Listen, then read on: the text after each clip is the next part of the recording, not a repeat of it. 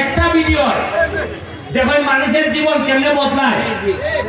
একটা মাত্র ভিডিও এরে সারা দেশে মানুষে চিনছে। আমি গত পরশুদিন কোর্টের মধ্যে মামলা করতেছি, একটা বড় মামলা। আজকে আমি এই মোবাইল বার করে দেখি শোনা দেখছি অবস্থা যে আসামি ধরা পড়ছিনি। আজকে দেখি এক বেটির সাথে ডান্স করতেছে। আমি বলি সর্বনাশ, যে দিকে এরা ওখানে ইউটিউবারে পাইছে, পাইয়া এরা 50 টাকা 100 করে দে আর এরা বাই বাই চা পাইছে। এখন দেখো এই যে আলাদা কইও কিন্তু মানুষের রুজির ব্যবস্থা হয়। আমরা মনে করি না খালি পড়াশোনা করলে নসিব যদি থাকে, কপালও যদি থাকে, আপনি দেখবা আপনারা কইতে হবেন যে ব্যারিস্টার সাহেব আপনি এমপি হয়েছেন ওটা, আপনি এনে নিয়ে সেটা টানাটানি করতেছেন। আমি এনে নিয়ে টানাটানি করতেছি সেরে যাবেন।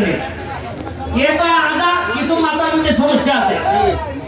এ জীবনে জন্মের পরে এ সোনারঘাটের জন্ম, ইয়া সোনারঘাটের কোনো মানুষের ক্ষতি করছে না, চুরি করছে না, লুটপাট করছে না। আর যেটা সুস্থ দাবি করেন এটা সোনারঘাটের দুর্নীতি হলে খাইয়েছে না বিষয়। আমি এর সামনে সময় দিতাম না।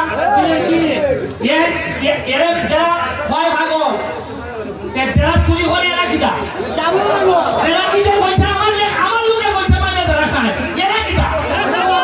আরে এ তো মুখে মুখে ভয় পাই পাই সাপ, যারা চুরি করে এরা হইলে আসল রাসেল পাই পাই সাপ। এরা বলেন সাপে কাটলে তো উজা আছে, কিন্তু মানুষ যখন সাপ হয় এই জীবন দিলে এর কাছ থেকে বাঁচার কোনো পথ না। ইশারা দিয়ে গেলাম সাপ রাসেল বাইবার সাপ।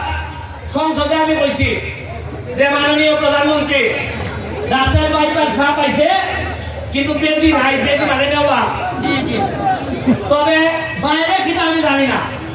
সোনারঘাট মাধবপুর যত রাসেল বাইবার সাপ আছে, আমার একটা বিশ্বাস আমার সামনে যারা আছে প্রতিটা ছেলে বেজি হিসাবে নেওয়া হিসাবে রূপান্তরিত হইছে। একটা উড়ায় ফেসবুকটা খুললো, দেখি আমার সকালবেলা উঠতে আমি দেখি সোনারঘাটের মানুষের কিতাব হয় আমার ঘুম থেকে উঠতে কিতা দেখি বইলা হয় মেয়েটা যেমন সাহেবের দৃষ্টি আকর্ষণ করতেছে। আমার রানীগাঁও থেকে ওই ভারপুল বস্তি যাইবার রাস্তা দেখুন হাঁটু পর্যন্ত গাড়ে ওইলা বলে ওইটা ফোন দিলাম কাউকা কোথায় কিছু ইট ফাটানি যায়নি, আটলা ফাটানি যায়নি। দেখো আটলা ফাটাইলাম, দুপুরে বেলা আটলা ফাটাইছি, বিকাল বেলা পুরা বৃষ্টি আটলা সহ হয়ে গেছে। এরপরে কতক্ষণ বলে দিতেছি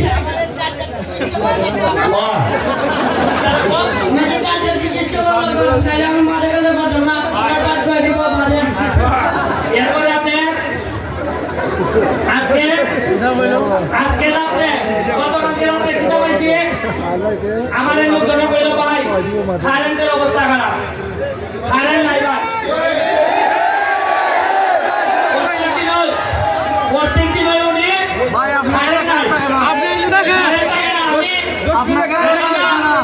আমি ওই একটা কথা কই, আমি তো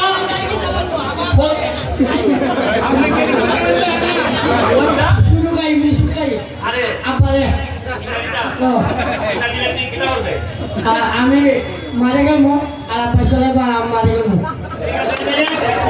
এর একটা মিশুক গাড়ি কিনে দেওয়ার নিয়ে বাপরে। ঠিক আছে সোয়াদ করে কালকে একটা মিশুক গাড়ি কিনে দিবা, মানুষের কোনো দুষ্টামি করবি নি।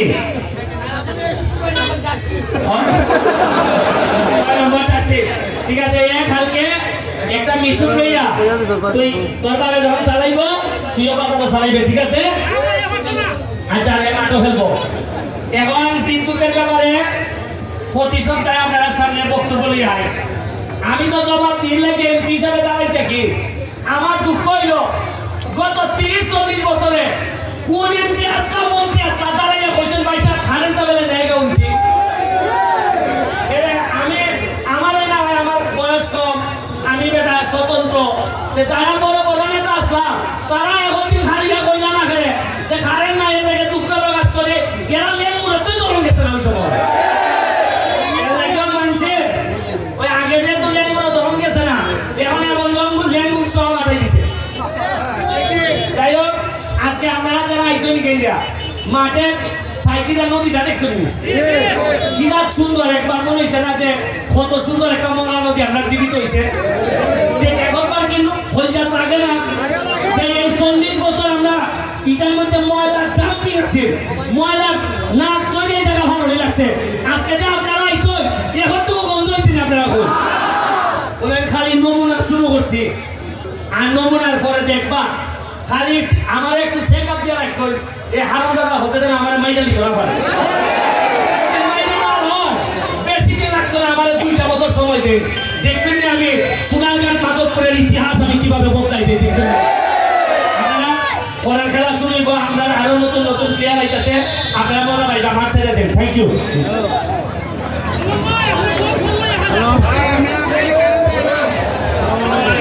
ধন্যবাদ ম্যাচের সমস্যাটা নেই আহ্বান যাচ্ছি রাসেল ভাই পেয়ে গেলাম এলাম না রাসেল ভাই এটা বাইরে রয়েছে রাসেল ভাই আমি ম্যাচের সমস্যা আমাদের মাননীয় এমপির মধ্যে একটি মিশু বাড়ি তাকে আমি আমার সময় মাঠে বাইরে চলে যায় প্লিজ দর্শক যারা রয়েছেন সবাই মাঠে